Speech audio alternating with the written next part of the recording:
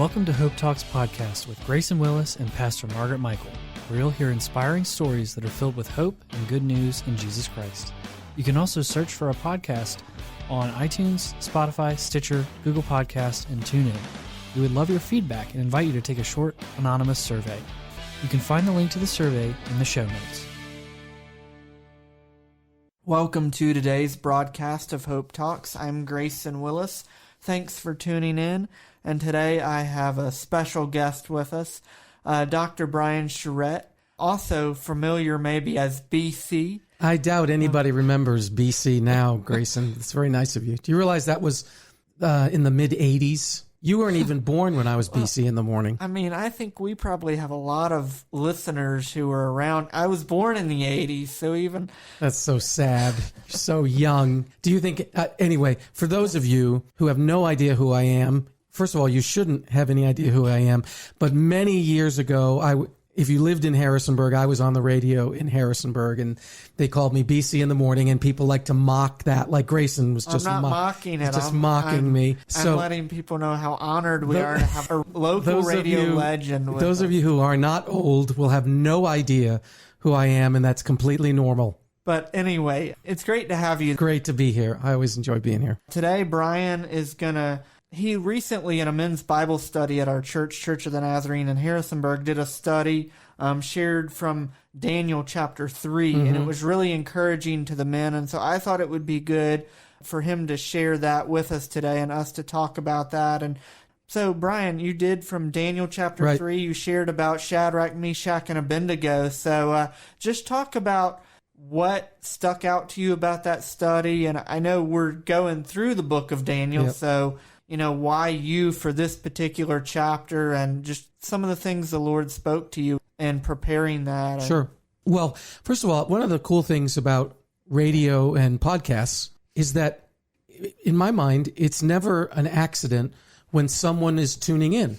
You're listening, the people who are listening, you're listening to this right now, and there's not an accident that you're listening to this. The Lord has something for you in this. That's the beautiful thing. And it's different than going to church. When you show up for church, you're kind of ready to hear a sermon. But in this case, you were just minding your own business, and all of a sudden on the radio comes this podcast, or you clicked on Hope Talks and you didn't know what the subject was maybe. And so here you are listening. So first of all, I think it's an honor that you would be paying attention to anything I have to say. And I also believe that it's no accident that you're listening. And so maybe the Lord has something for you. I remember years and years ago, I got into radio. I haven't been in radio in years, but I got into radio years ago because I was really fascinated by the power of it. I grew up in Massachusetts, and a pretty dysfunctional family. I didn't know the Lord. And I used to listen to, in the middle of the night with my covers pulled up from under me so I wouldn't get caught, I used to listen to a couple of radio stations that had clear channel power. One of them was WGAR in Cleveland, and the other one was WOWO, I think it was in Fort Wayne, Indiana. And they used to run religious programming after midnight because they had to. Back in the days, radio stations had to do public service kind of stuff. And I remember one of my earliest memories, even before I knew the Lord, was listening to preachers on this staticky AM radio that were coming all the way from Cleveland, Ohio to Worcester, Massachusetts. So I've always been struck by the way the Lord could use radio. So I say that by way of introduction. So the book of Daniel, fascinating book because it's often cited as a prophetic book, not only prophetic for the time, Daniel's time, or right after. Daniel was written about 600 BC. And so it's often considered a prophetic book, not only for the short period after that, up to the time of the Lord coming, but into our time. In fact, I mentioned in the Bible study, there was a book in early 70s called Late Great Planet Earth, which became famous because it was one of the first populist apocalyptic books. It was the one, Late Great Planet Earth by Hal Lindsey, who I learned is still alive. He's in his 90s. But it was a book that took biblical prophecy and applied it to modern day politics, government. Late Great Planet Earth was where we first got ideas like Israel will be attacked from the north by the great bear. And anyway, if you read the book Late Great Planet Earth, you read a lot of Daniel in it. The same thing with the Left Behind series. Now that's more modern. Left Behind series was in the 90s. And you could, if you are into the Left Behind series and if you are into the movies, you'll see a lot of the influence of Daniel prophesying into the 21st century. So with that as an understanding, I find it fascinating to me that one of the stories in Daniel that doesn't really have intended prophetic meaning, in my mind, actually may be the most valuable prophetic content for life in 2023. And so that's what my premise was in speaking on Shadrach, Meshach, and Abednego.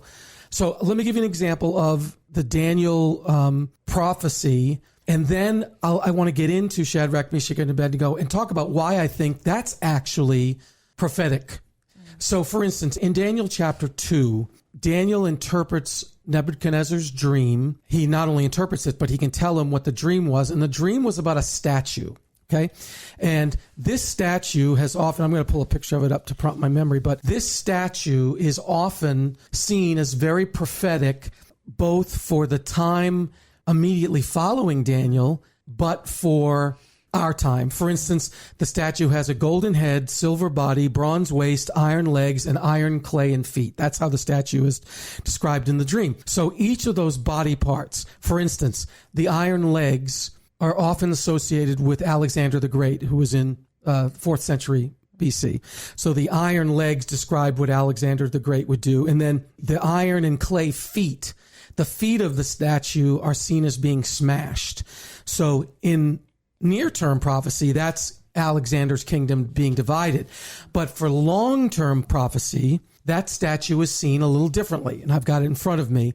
So the head of gold is seen as Babylon, chest of arms in silver is Medo-Persia, the belly of and thighs of bronze is seen as Greece, legs of iron are seen as the Roman Empire where Jesus lived, and then the feet of iron and clay are seen as modern-day Europe, and the return of Jesus is the stones smashing the feet of clay. Okay, so I'd say all that just to say there's an example of how Daniel's symbolic language is often used to portray the future, right, to prophesy the future, even into our modern times. And Hal Lindsey, for instance, in Late Great Planet Earth, saw those feet of clay as being smashed by the coming of Jesus and the Antichrist and all those things. So there's a lot of that imagery in Daniel. But now let's go to Daniel 3, where there isn't any of this symbolic imagery. It's really just a story of these 3 heroic men. Right. A testimony, if you will. Yes, it is. There's no real symbolism there, no statues, no bowls from Revelation. It's a powerful witness of these 3 men. So the setup of this is that Babylon attacked Jerusalem and took Jerusalem over, and they captured prisoners, and some of those prisoners were some of the best and brightest men in Jerusalem. So the best and brightest men of God at this time. And so these men are captive in Babylon, and what the king wants to do is sort of create in these Jews Babylonians. He wants to change them from being faithful to God to being faithful to him because they're talented. It's like he's drafting an all-star team. He captures these people, and now he wants to turn them into something, turn them into his servants. So 3 of these people are the people that we know about, Shadrach, Meshach, and Abednego. So I'm going to read Daniel 3 to get to this story. And I don't want to read a lot of text, but it's important. So King Nebuchadnezzar in Daniel 3, and I know if you're driving, you're not following along, but if you're sitting down, you can open your Bibles to Daniel 3, and you'll see that the king set up a giant statue. Speaking of statues, an image of gold that was 60 cubits high, 90 feet high. It was giant. It was, if you drive by one of those blue harvest store silos on the side of the road, this was about 10 feet bigger than the average harvest store silo. So 90 feet tall, somewhere close to a 10-story building. And he summoned everybody in the kingdom, and he said, you have to bow down and worship me, this image that I've set up. So in this crowd are these Jewish guys, these Jewish young men who are now being forced to bow down before this image. Now, what's interesting is the reason that the Lord allowed the Jews to be captured by Babylon was twofold. One, because they didn't honor the Sabbath, and 2, because they were worshiping idols. So it's really interesting that now they're put in a position where they're forced in Babylon to worship idols. And so what happens is they are out in this field of Dura, and there's this gigantic statue of gold, and everybody is called to this plain, giant plain, and said, when you hear the sound of music and trumpets, you have to bow down and worship it. And if you don't, I'm in Daniel 3, verse 6 now. Whoever does not fall down and worship will immediately be thrown into a blazing furnace. Now, that's interesting because I don't think those furnaces, there's no evidence that says that they happen to gather around a place where furnaces already were. I think the king built these furnaces so people could see what the result would be if they didn't honor him. And a lot of times we're in that situation where we have a clear picture of what our alternative is.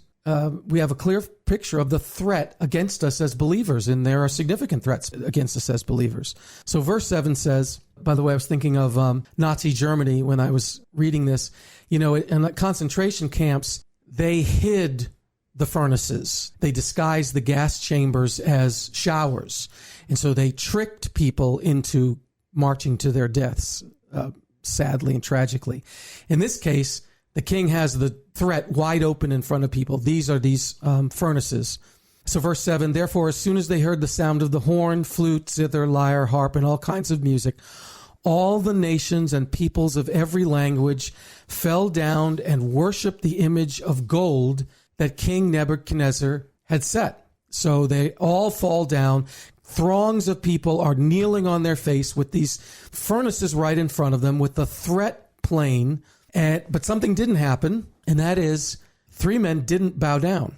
And it was obvious because there was a throng of people all bowing down except these 3 guys. So they stood out like a sore thumb. And so some astrologers came forward and ratted out Shadrach, Meshach, and Abendigo. The astrologers came forward and said, hey, these guys are not bowing down from you. Do something about it. Verse 12 says, but there are some Jews whom you've set over the affairs of the province of Babylon, Shadrach, Meshach, and Abendigo. Those are they weren't their real names, but they were the names they were given by the king. They pay no attention to you, your majesty. They neither serve your gods nor worship the image of gold you have set up. So here's these 3 guys in the middle of a crowd who probably could have justified bowing down. They probably could have made up excuses. They probably could have said, look, when in Rome, do as the Romans do. They probably could have said, the Lord will understand if we bow down. We're just going to bow down and we're not going to call attention to ourselves. But they didn't do that. They stood standing. Verse 13, furious with rage, Nebuchadnezzar summoned Shadrach, Meshach, and Abendigo, and he said, and I'm in verse 14 now, is it true, Shadrach, Meshach, and Abendigo, that you do not serve my gods or worship the image of gold that I have set up? Now, something interesting is going to happen here that I mentioned in the study. He's about to give these guys a second chance. And you don't see that where kings give anybody a second chance. And he's about to give these guys a second chance. I think it's because he didn't want to lose them. I think he knew that these were all stars and they could add a lot of wealth to his kingdom. And I think he went against the grain because he knew who these guys were. So he gives them a second chance. He says, now I'm going to give you another chance, essentially. This time, when you hear the music, fall down and worship. But he said, if you don't, then you'll be immediately thrown into the blazing furnace. And the response of the 3 men is what I think is critically important to our lives as Christians in 2023. It's not symbolic, as I said. It's not usually what's prophesied in Daniel. This part wasn't in Late Great Planet Earth. It wasn't in the Left Behind series. But I think what we read next are 6 words that really demonstrate what life as a Christian may be like for us in 2023. And so I'm about to say the 6 words, Grayson, but before I do, we're teasing it a little. At this point in the story, what questions do you think people have? Well, did they bow down the second time? Did they stand firm? Yeah. Like, just, even trying to put yourself Yep. in there, which that's hard to do. But it's why this story's right, here. You're right. exactly right.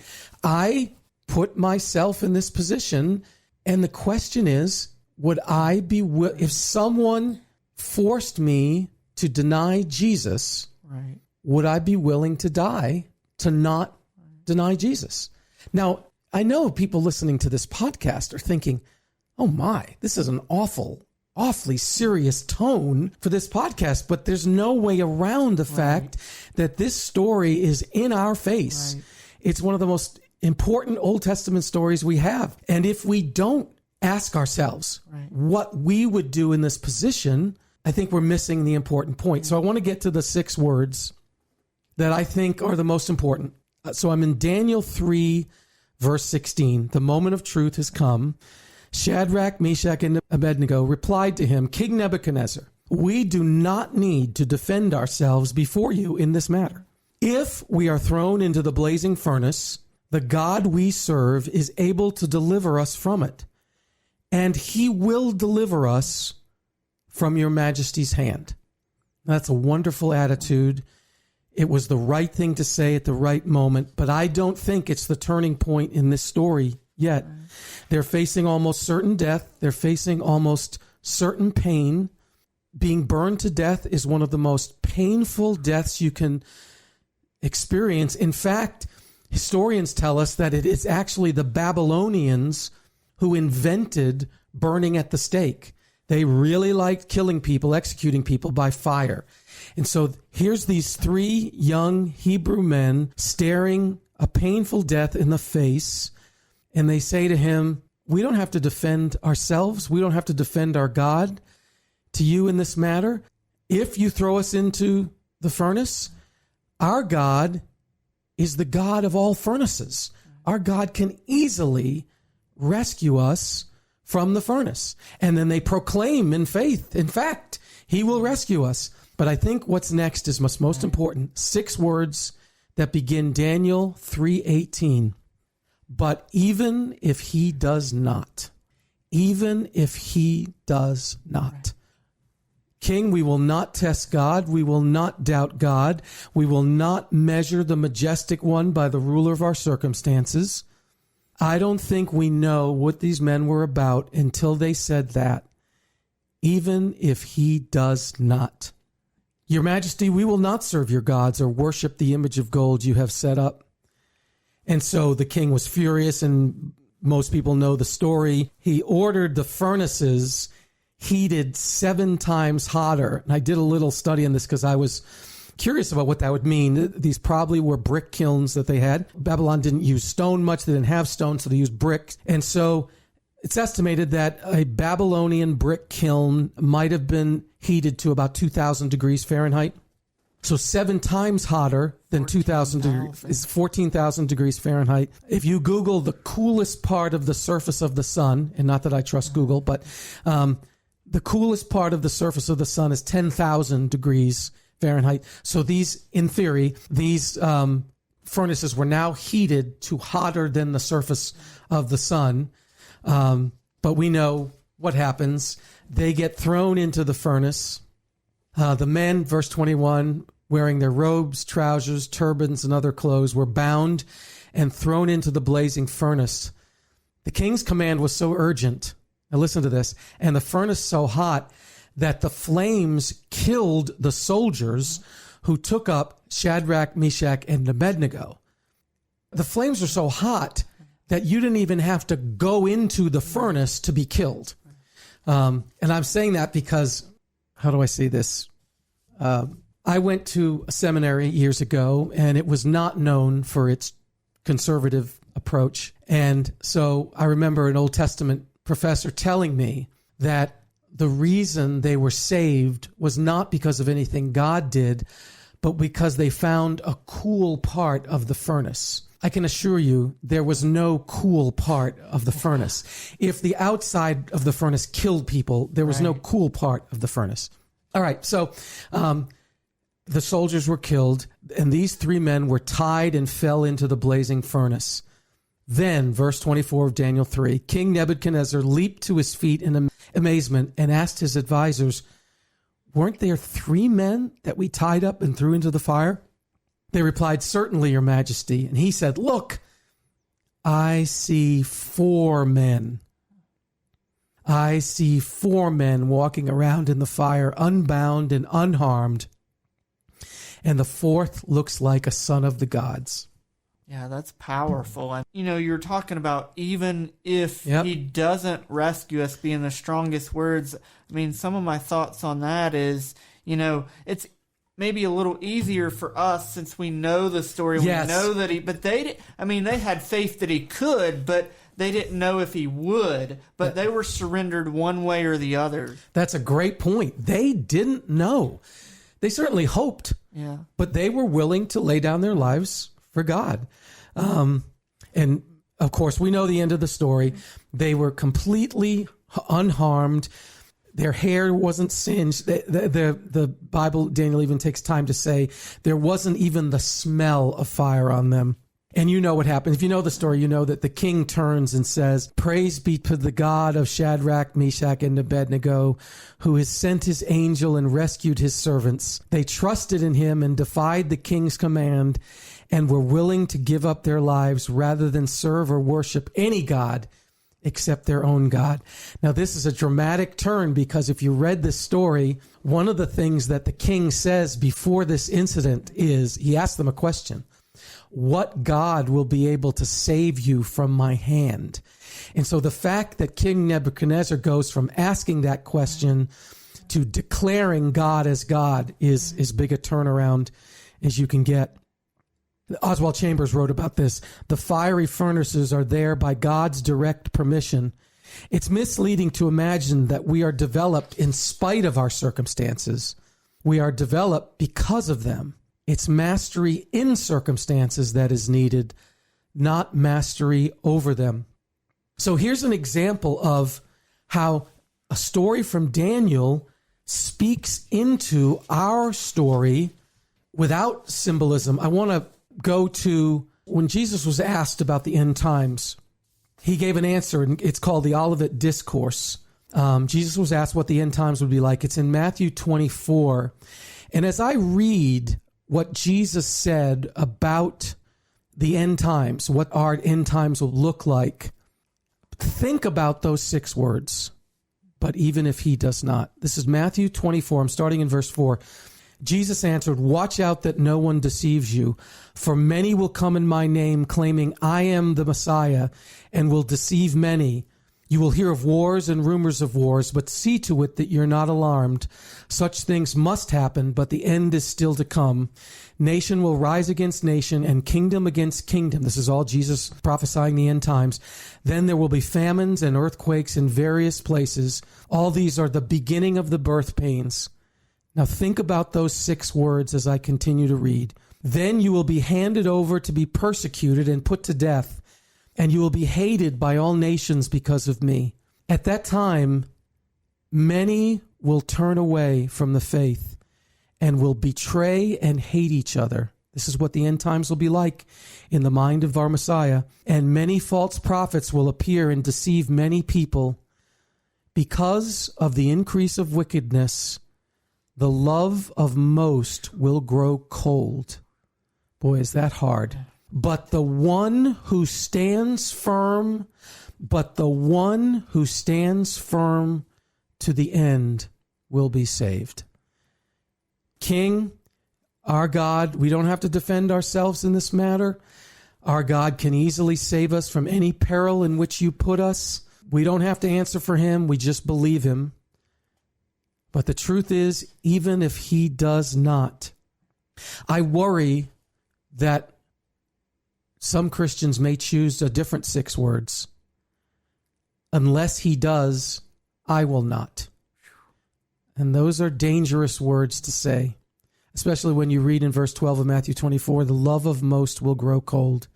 So I think we have a challenge. Which 6 words will mark our response? But even if he does not, or unless he does, I will not. Last thing, Revelation 12, talk about future prophecy. Verse 10, now have come the salvation and the power and the kingdom of our God and the authority of his Messiah. For the accuser of our brothers and sisters, who accuses them before God day and night, has been hurled down. They triumphed over him by the blood of the Lamb and by the word of their testimony.